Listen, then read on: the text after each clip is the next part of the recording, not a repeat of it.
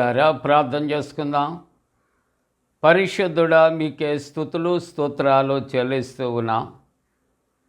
ఈ ప్రాతకాల ఆరాధనలో తండ్రి, మీ సన్నిధి నిత్యము మాతో ఉంచండి.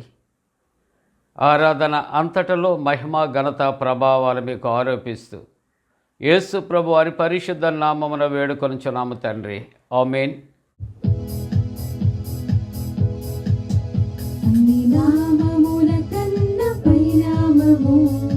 యేసుని నామము ఎన్ని తరములకైన ఘనపరచదగినది క్రీస్తు నామము. అన్ని నామముల కన్నా పై నామము యేసుని నామము. ఎన్ని తరములకైన ఘనపరచదగినది క్రీస్తు నామము.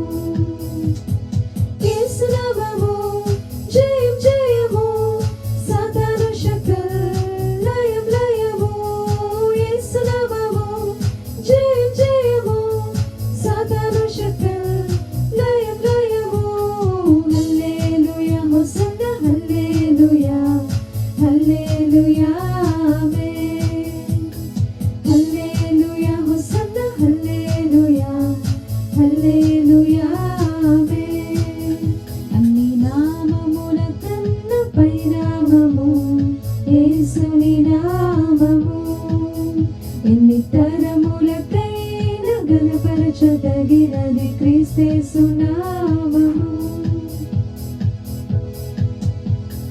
పాపముల నుండి విడిపించును యేసుని నామము. పాపముల నుండి విడిపించును యేసుని నామము. నిత్య నరకాగ్నిలో నుండి రక్షించును క్రీస్తేసుని నామము. నిత్య నరకాగ్నిలో నుండి రక్షించును క్రీస్తేసుని నామము. యేసు నామము జయం జయము, సాతాను శక్తి లయం లయము. యేసు నామము జయం జయము, సాతాను శక్తి లయం లయము.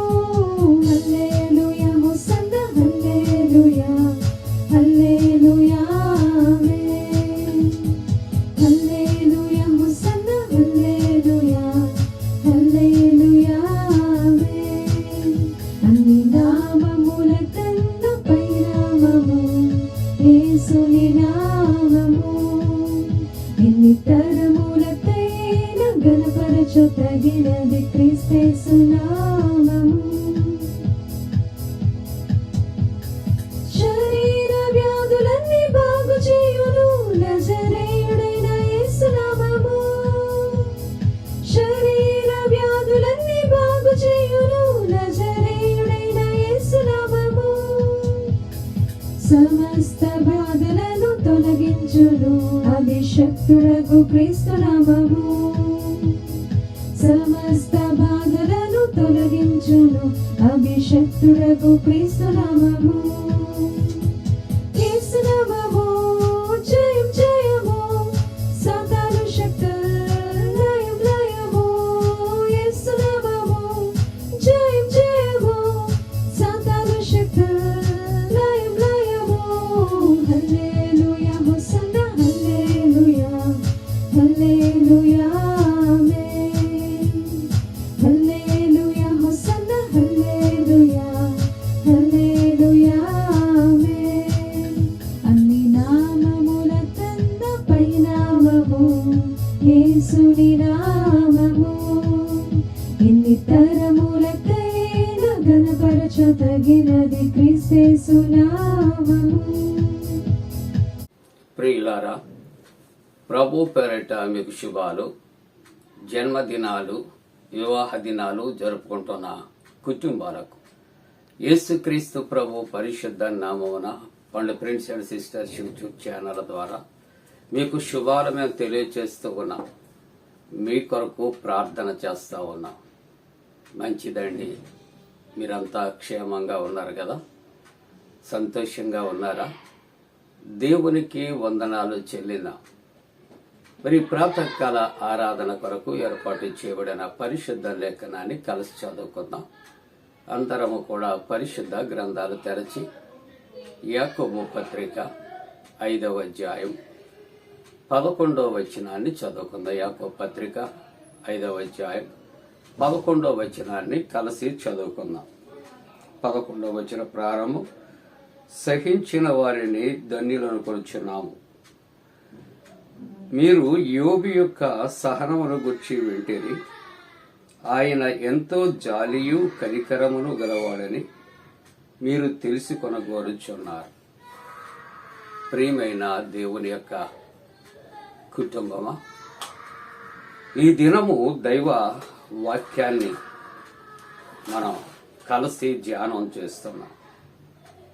వాక్యాంశము యోబు యొక్క సహనము. యోబు యొక్క సహనమును గురించి మనం కలిసి ధ్యానం చేస్తూ ఉన్నాం. యోబుకి కలిగిన సహనము, ఓర్పు పరిశుద్ధ గ్రంథములో చాలా గొప్పదైన కనికరమును జాలియు కలిగినటువంటి వాడు అని దైవవాక్యము సెలవిస్తున్నాడు. దేవుని యొక్క పరిశుద్ధ గ్రంథములో మనం చూస్తూ ఉన్నప్పుడు యోబు కొరకు యెహోవా దేవుడు సాక్ష్యం ఇస్తున్నటువంటి మాటలు మనం జ్ఞాపకం చేసుకుంటున్నప్పుడు ఆశ్చర్యం కలుగుతూ ఉంటారు.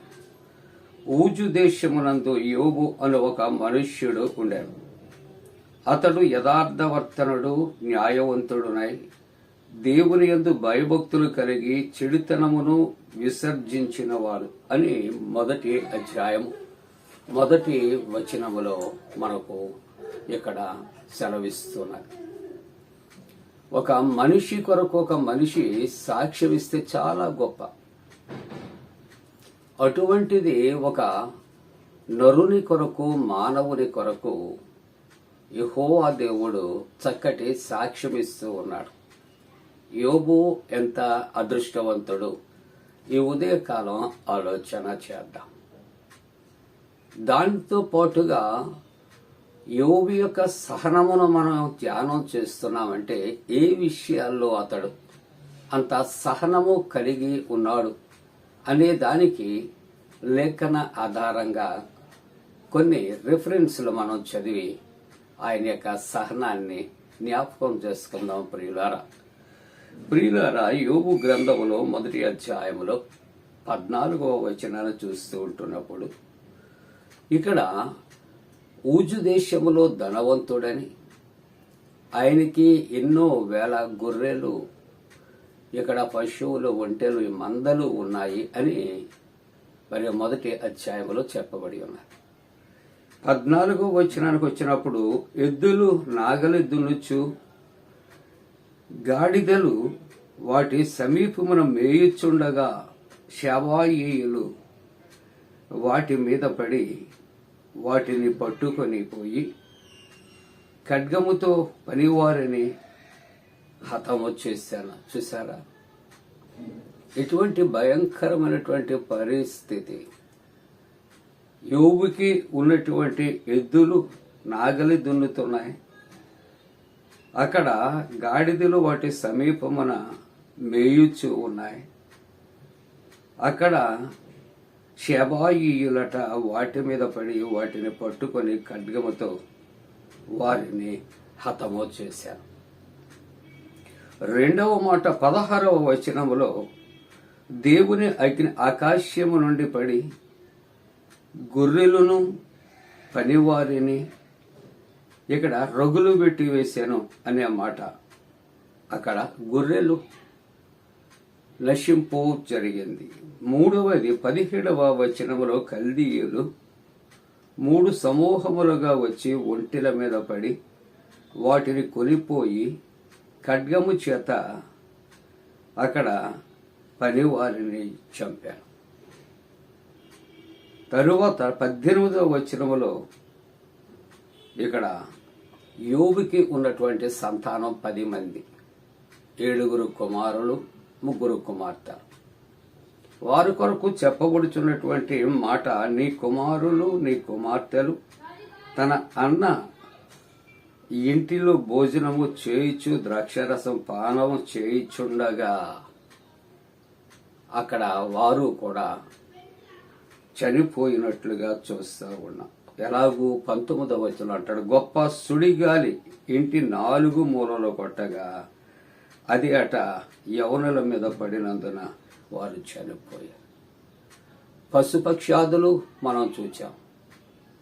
తను కన్న బిడ్డలు 10 మంది కూడా చనిపోవటము అనేది మనము చూచాం.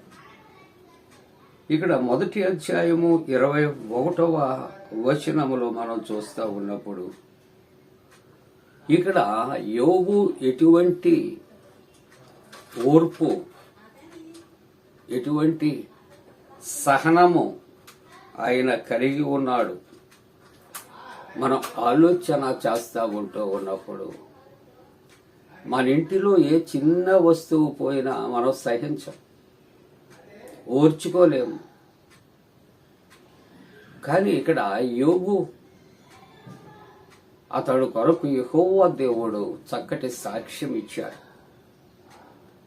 ఆయన ఎటువంటి పొరపాటు ఎవరి పట్ల జరిగించలేదు, ఎవరికి శత్రువుగా లేడు. అయినప్పటికీ కూడా పశుపక్షాదులు ఒక ప్రక్క వారి పనివారు చంపబడ్డారు. అయినప్పటికీ కూడా 10 మంది కన్న బిడ్డలు ఆ సుడిగాలి చేత కొట్టబడి ఇల్లు కూలి చనిపోయినప్పటికీ కూడా ఎంత అతడు సహనము కలిగి ఉన్నాడు, ఓర్పు కలిగి ఉన్నాడు ఆలోచన చేత. దీనికి కారణం ఏంటో మనం ఆలోచన చేస్తే దేవుని యందు భయభక్తులు కలిగినటువంటి వాడుగా. అందుకని మొదటి అధ్యాయం 21వ వచనంలో అంటాడు, యెహోవా ఇచ్చాను, యెహోవా తీసుకుని పోయాను, యెహోవా నామమునకు స్తుతి కలుగునుగాక. ఏమండి, భూలోకములో పుట్టిన వాడు ఎవరైనా, ఎంత ప్రార్థనాపరులైనా ఈ మాటలు చెప్పి జరిగినటువంటి సంఘటన మరిచిపోగలడా? ఆలోచన చేద్దాం. అసాధ్యం. కానీ దేవుని యందు భయభక్తులు కలిగినటువంటి యోబు దేవుడిచ్చాడు, దేవుడు తీసుకుని పోయాడు. అందుకే ఫిలిప్పీ పత్రిక 4వ అధ్యాయం 5వ వచనం, మీ సహనమును సకల జనులకు తెలియబడ నీయుడి, ప్రభు సమీపంగా ఉన్నాడు, ఏ విషయంలో మీరు చింతించొద్దు. అటువంటి సహనము కలిగినటువంటి యోగును మన జీవితాలు మాదిరిగా కలిగి మనం కూడా ప్రార్థనాపరులుగా మనం జీవిద్దాం. దేవుడు దీవించునుగాక. ఆమేన్. ప్రార్థన. పరిశుద్ధుడా, యోబు యొక్క సహనముల గురించి మేము ఆలోచన చేశాం, ధ్యానం చేశాం. అట్టి గొప్ప మనస్సు ప్రార్థన వారికి ఇచ్చారు. జన్మదినాలు, వివాహ దినాలు జరుపుకున్న కుటుంబాలను ఆశీర్వదించండి నాయనా. రేపు ఆదివారం గ్రూప్స్ పరీక్షలు రాస్తున్నటువంటి బిడ్డలు, డిఎస్సి కొరకు సిద్ధపడుచున్న బిడ్డలు, తదితర పరీక్షలు రాస్తున్న బిడ్డలకు తోడుగా ఉండండి. యేసు ప్రభువారి పరిశుద్ధ నామమున వేడుకొంచున్నాం తండ్రి.